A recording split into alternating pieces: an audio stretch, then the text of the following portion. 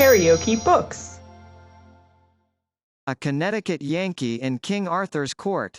Written by Mark Twain. Audiobook. Chapter 4. Sir Dinadan the Humorist. It seemed to me that this quaint lie was most simply and beautifully told.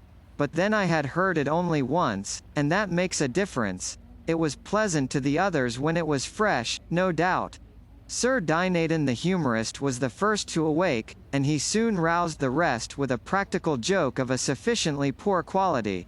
He tied some metal mugs to a dog's tail and turned him loose, and he tore around and around the place in a frenzy of fright, with all the other dogs bellowing after him and battering and crashing against everything that came in their way and making altogether a chaos of confusion and a most deafening din and turmoil, at which every man and woman of the multitude laughed till the tears flowed, and some fell out of their chairs and wallowed on the floor in ecstasy. It was just like so many children. Sir Dinadan was so proud of his exploit that he could not keep from telling over and over again, to weariness, how the immortal idea happened to occur to him, and as is the way with humorists of his breed, he was still laughing at it after everybody else had got through. He was so set up that he concluded to make a speech, of course a humorous speech. I think I never heard so many old played-out jokes strung together in my life. He was worse than the minstrels, worse than the clown in the circus. It seemed peculiarly sad to sit here, 1300 years before I was born, and listen again to poor, flat, worm-eaten jokes that had given me the dry gripes when I was a boy 1300 years afterwards. It about convinced me that there isn't any such thing as a new joke possible. Everybody laughed at these antiquities, but then they always do. I had noticed that, centuries later. However, of course the scoffer didn't laugh, I mean the boy. No, he scoffed, there wasn't anything he wouldn't scoff at.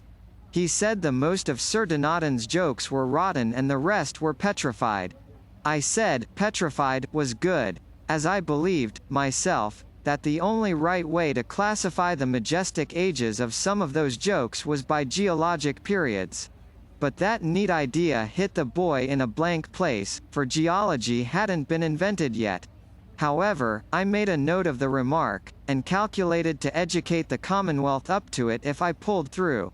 It is no use to throw a good thing away merely because the market isn't ripe yet. Now Sir K arose and began to fire up on his history mill with me for fuel. It was time for me to feel serious, and I did. Sir K told how he had encountered me in a far land of barbarians, who all wore the same ridiculous garb that I did, a garb that was a work of enchantment, and intended to make the wearer secure from hurt by human hands. However, he had nullified the force of the enchantment by prayer, and had killed my 13 knights in a 3 hours battle, and taken me prisoner, sparing my life in order that so strange a curiosity as I was might be exhibited to the wonder and admiration of the king and the court. He spoke of me all the time, in the blandest way, as this prodigious giant, and this horrible sky-towering monster, and this tusked and taloned man-devouring ogre, and everybody took in all this bosh in the naivest way, and never smiled or seemed to notice that there was any discrepancy between these watered statistics and me. He said that in trying to escape from him I sprang into the top of a tree 200 cubits high at a single bound, but he dislodged me with a stone the size of a cow, which, all to brast, the most of my bones, and then swore me to appear at Arthur's court for sentence. He ended by condemning me to die at noon on the 21st, and was so little concerned about it that he stopped to yawn before he named the date. I was in a dismal state by this time. Indeed, I was hardly enough in my right mind to keep the run of a dispute that sprung up as to how I had better be killed, the possibility of the killing being doubted by some, because of the enchantment in my clothes. And yet it was nothing but an ordinary suit of $15 slop shops. Still, I was sane enough to notice this detail, to wit, many of the terms used in the most matter-of-fact way by this great assemblage of the first ladies and gentlemen in the land would have made a Comanche blush. Indelicacy is too mild a term to convey the idea. However, I had read Tom Jones and Roderick Random and other books of that kind, and knew that the highest and first ladies and gentlemen in England had remained little or no cleaner in their talk, and in the morals and conduct which such talk implies, clear up to 100 years ago, in fact clear into our own 19th century, in which century, broadly speaking, the earliest samples of the real lady and real gentleman discoverable in English history, or in European history, for that matter, may be said to have made their appearance.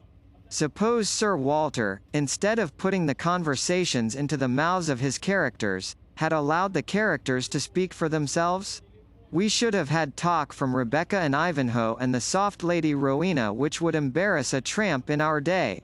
However, to the unconsciously indelicate all things are delicate. King Arthur's people were not aware that they were indecent, and I had presence of mind enough not to mention it.